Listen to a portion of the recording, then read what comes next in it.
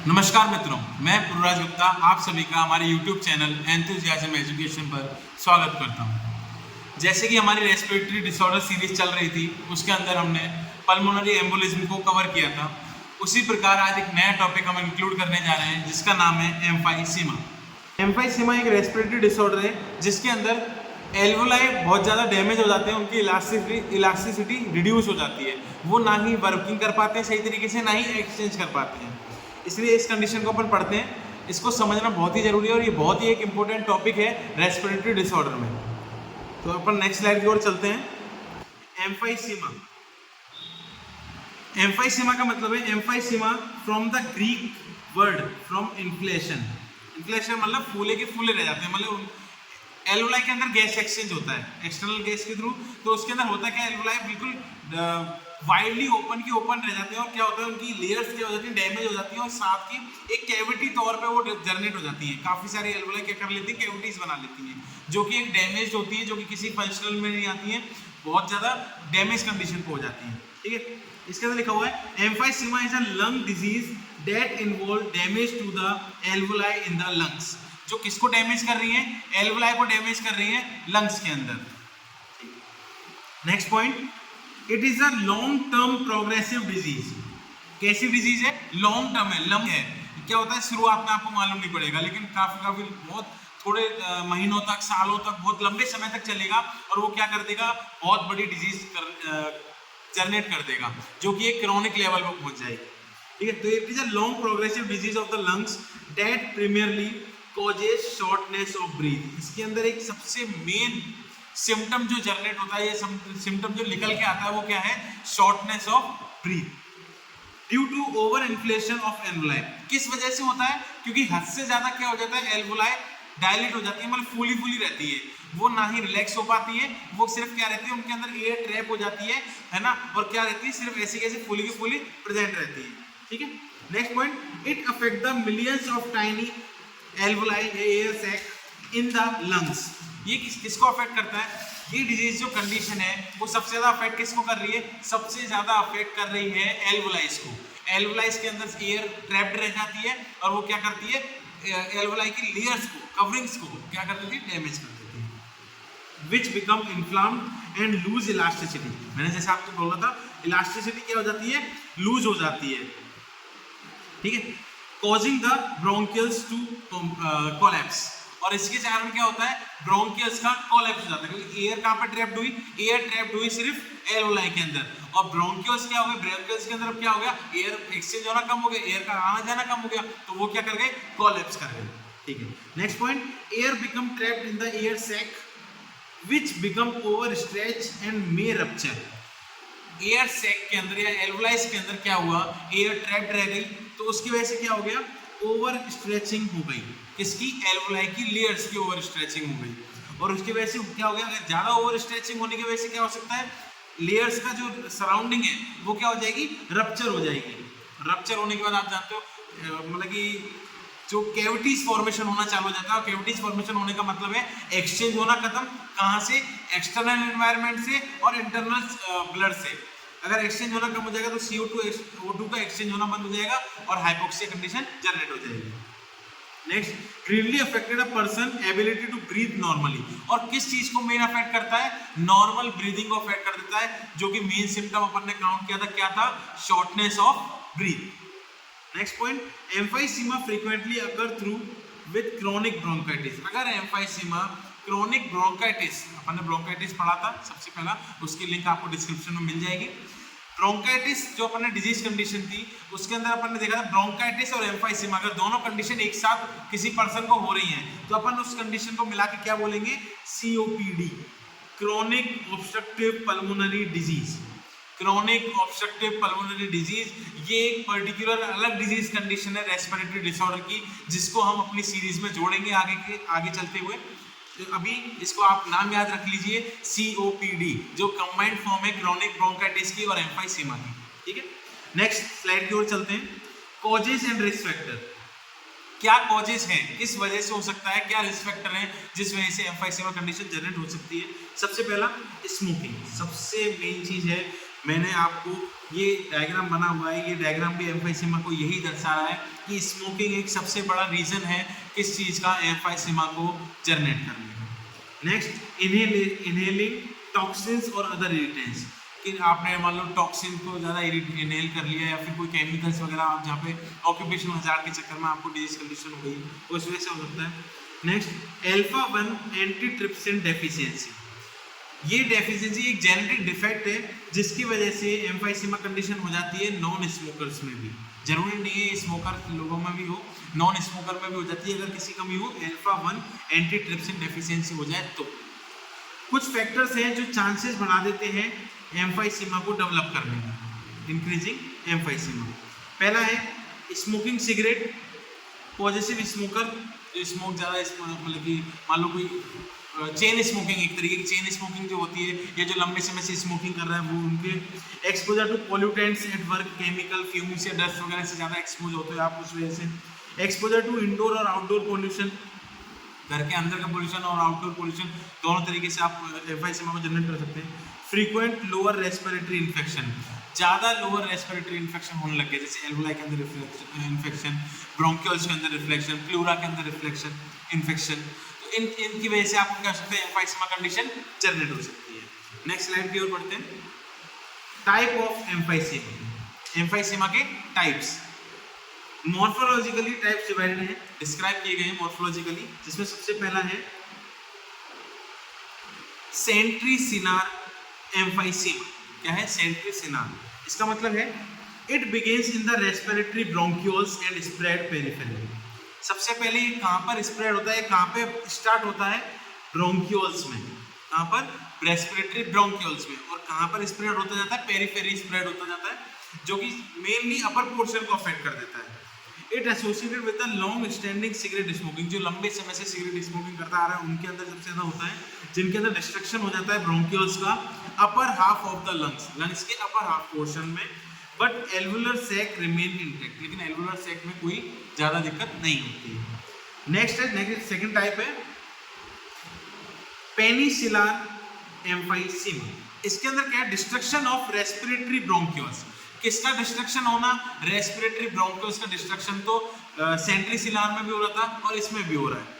साथ में alveolar duct and alveoli, किसका और हो रहा है भाई? ब्रोंक्यूल्स का भी हो गया, साथ में एल्वुलर डक्ट का भी हो रहा है और एल्वुलाइज का भी हो रहा है। And in the lower half of the lungs, अब ये किसमें? Lower half of the lungs में। Next paraseptal emphysema. सेप्टल सबसे आप समझ गए, septum involve the distal airway structure, जिसमें एल्वुलर डक्ट आ रहा है, एल्वुलर सैक आ रहा है।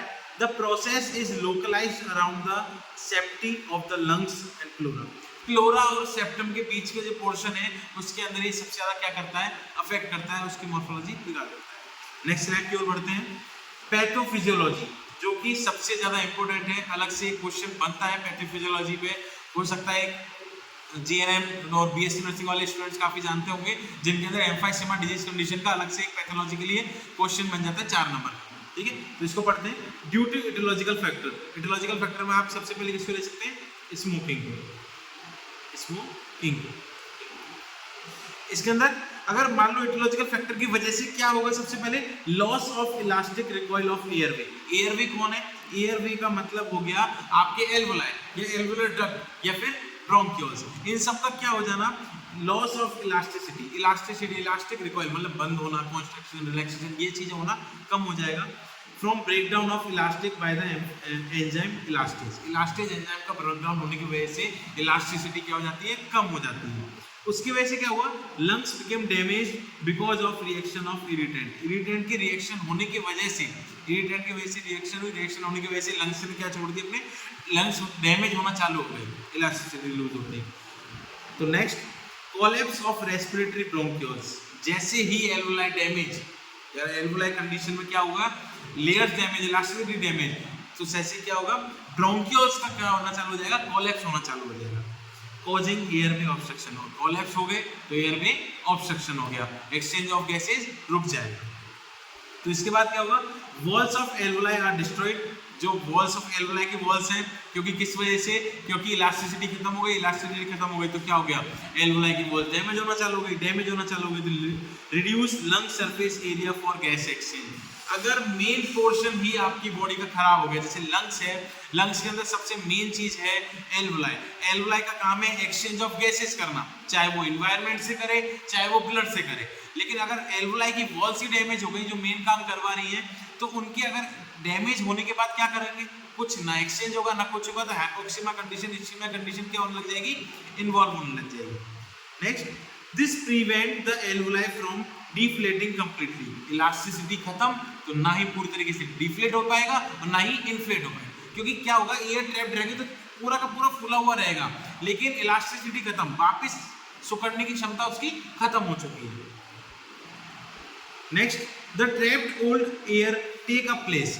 बोला था जो पुरानी एयर है, पुरानी एयर मतलब जो उसके अंदर फंस चुकी है एयर, वो क्या हो गई, वहीं की वहीं रुक गई, उसने अपनी जगह एक बना ली है और वो इलास्टिसिटी को खत्म करवाती जा रही है। So the alveoli are unable to fill the enough fresh air to supply। अब इसके चक्कर में मान लो पुरानी एयर जो भर गई है, उसके चक्कर में क्या हो रहा है, जो नई एयर है बाहर एनवायरनमेंट से जो एक्सचेंज होता है वो एक्सचेंज हो ही नहीं पा रहा। अगर नई एयर नहीं हो पा रही तो नई ऑक्सीजन नहीं आ पा रही, ऑक्सीजन नहीं आ पा रही तो आपकी बॉडी में सबसे ज्यादा अमाउंट में क्या रह पा रहा है, सबसे ज्यादा अमाउंट में CO2 रह रहा है, और CO2 अगर रह रहा है तो CO2 की टॉक्सिसिटी हो जाएगी, उसके कारण और ज्यादा डिजीज होने लग जाएंगी। इसलिए इसके आगे क्या होना, अगर मान लो एल्वुलाई एक्सचेंज ही नहीं कर पा रहा, एल्वुलाई के अंदर ऑक्सीजन की कमी आ रही है, ऑक्सीजन की कमी आ रही है, तो डिजीज कंडीशन एक ही चालू होगी, सबसे पहले हाइपोक्सीमिया चालू होगी और हाइपोक्सीमिया के साथ इस्कीमिया कंडीशन चालू होगी।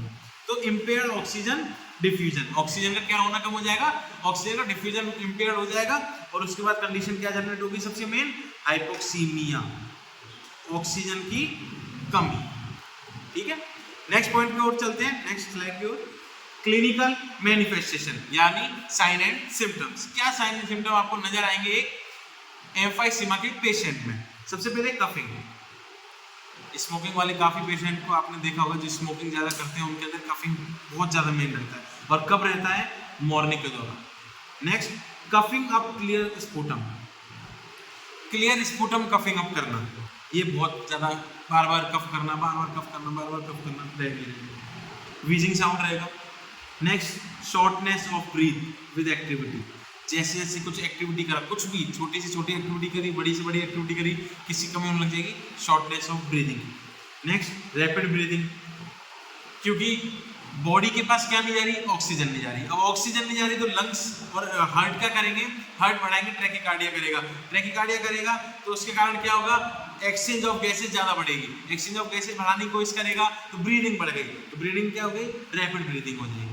नेक्स्ट, चॉकिंग सेंसेशन, मतलब ऐसा लगेगा जैसे सांस एकदम रुक गई, बिल्कुल ऐसे कि सफोकेशन होने लग गया, बेहोश होने लग जाएगा, बिल्कुल ऐसे कि एकदम अटैक सा आ गया है, इस तरीके से। ब्लूइश लिप्स, ऑक्सीजन की कमी तो उससे क्या होने लग गया, ब्लूइश कलरेशन दिखना चालू हो गया। फटीग, थकान जल्दी रहेगी। नेक्स्ट, बैरल चेस्ट बैरल हो जाएगी। ब्लडी म्यूकस, म्यूकस में क्या आने लग जाएगा, ब्लड आने लग जाएगा, क्योंकि एल्वुलाई की वॉल्स क्या हो गई, डैमेज हो गई, एल्वुलाई की वॉल्स डैमेज, तो ब्लड थोड़ा बहुत ट्रेवल करेगा और क्या कर देगा, म्यूकस को ब्लडी कर देगा। अगर आप म्यूकस बाहर निकालेंगे तो कैसा आएगा, थोड़ा सा उसमें साथ में ब्लड भी आएगा। Next, swelling in ankle and legs, और पैरों और हाथों में क्या दिखने लग जाएगा, स्वेलिंग दिखने लग जाएगी, ठीक है, due to low oxygen amount. Next slide की ओर बढ़ते हैं। डायग्नोस्टिक इवेल्युएशन, डायग्नोस्टिक इवेल्युएशन मतलब कैसे अपन जानेंगे, कैसे क्या क्या अपन डायग्नोस्टिक प्रोसीजर करा सकते हैं कि एम्फाइसीमा प्रोसेस डिजीज को जानने के लिए। सबसे पहले हेल्थ हिस्ट्री, भाई जानना है कि कब हुई है, कैसे हुई है, क्या मतलब कि उसको किस तरीके से मालूम पड़ा, कैसे हो सकती है, क्या ऑक्यूपेशन है, जेनेटिक तो नहीं है, कैसे है। नेक्स्ट, फिजिकल एग्जामिनेशन, आप परकशन करके, एस्कल्टेशन करके, सब कुछ करके आप नोटिस करेंगे। नेक्स्ट, स्पायरोमेट्री करा सकते हैं, जैसे जो स्मोकिंग वाले पेशेंट होंगे वो स्पायरोमेट्री अच्छे से नहीं कर पाएंगे एक नेचुरल हेल्थी पर्सन की रिगार्डिंग, ठीक है। PFT करा सकते हैं, pulmonary function test. Next, chest X-ray, respiratory disease की कोई भी कंडीशन हो उसके अंदर आप चेस्ट एक्सरे और CT स्कैन को लेके चलेंगे हमेशा, ये चेस्ट एक्सरे और CT scan. Next, ABG, arterial blood gases, जिसके अंदर आपको CO2 O2 की मात्रा परफेक्टली मालूम पड़ जाएगी, PCO2 PO2 है ना, काफ़ी इलेक्ट्रोलाइट्स सब मालूम पड़ जाएगी। CBC करा सकते हैं, पल्स ऑक्सीमेट्री, जो नॉर्मल पल्स ऑक्सीमीटर लगा के आप चेक कर सकते हैं। नेक्स्ट परफ्यूजन स्कैन्स, एक तरीके से CT स्कैन वगैरह के जरिए होता है ना। नेक्स्ट स्लाइड की ओर चलते हैं, मेडिकल मैनेजमेंट। अब आपको डिजीज कंडीशन हो चुकी है तो आप नर्सिंग में हो, तो नर्सिंग का आप मेन काम क्या है कि मैनेज करना। उस ऐसा पेशेंट जो आया एम्फाइसीमा को लेके, तो उसको आप कैसे मैनेज करेंगे। सबसे पहले मेडिकल मैनेजमेंट। मेडिकल मैनेजमेंट में एम्फाइसीमा के पेशेंट के पास सबसे ज़्यादा कमी किसकी है, ऑक्सीजन की कमी है। तो सबसे पहले आप क्या प्रोवाइड कराएंगे, ऑक्सीजन प्रोवाइड कराएंगे। क्या प्रोवाइड कराएंगे, ऑक्सीजन थेरेपी प्रोवाइड कराएंगे। नेक्स्ट ब्रोंकोडायलेटर, क्योंकि क्या हो गया था, ब्रोंको स्पाज्म हो गया था, ब्रोंकस का कोलैप्स हो गया था, तो आपको कौन सी मेडिसिन देनी पड़ेगी, ब्रोंकोडायलेटर मेडिकेशन देनी पड़ेगी, जिसमें आप न्यूमोनाइजर मशीन के थ्रू दे सकते हैं, एल्ब्यूट्रॉल दे सकते हैं, थियोफाइलिन दे सकते हैं, एंटीकोलिनर्जिक एजेंट्स दे सकते हैं, जो है ना। इसके अलावा लॉन्ग एक्टिंग भी है, जो साल्मेट्रोल है, फार्मेट्रोल है, थियोथ्रोम्पियम है। ये ऐसी मेडिसिन हैं जो लॉन्ग एक्टिंग है, जो क्या कराएंगी, ब्रोंको डायलेशन कराएंगे। नेक्स्ट स्टेरॉइड्स दे सकते हैं, एरिसोल स्प्रे वगैरह। नेक्स्ट एंटीबायोटिक्स, ये तो चलेंगे चलेंगे। एंटीबायोटिक्स क्या कम कराएंगे, आपके इन्फ्लामेशन इनको कम कराएंगे। नेक्स्ट ब्रीदिंग टेक्निक्स अपनाएंगे, सांस लेना, अंदर छोड़ना, लंबे समय तक लेना, इनहेल करना, एक्सेल करना। Next chest percussion, chest percussion के लिए कराएंगे। ये ऐसे मैनेजमेंट हैं जो आपको इमीडिएटली कराने ही पड़ेंगे, क्योंकि ये पेशेंट ऐसे होते हैं अगर थोड़ा सा भी लॉन्ग टर्म गए तो हो सकता है अदर डिसऑर्डर को जनरेट करवा दें, अदर डिजीज को बढ़वा दें, इसलिए। Next surgical management.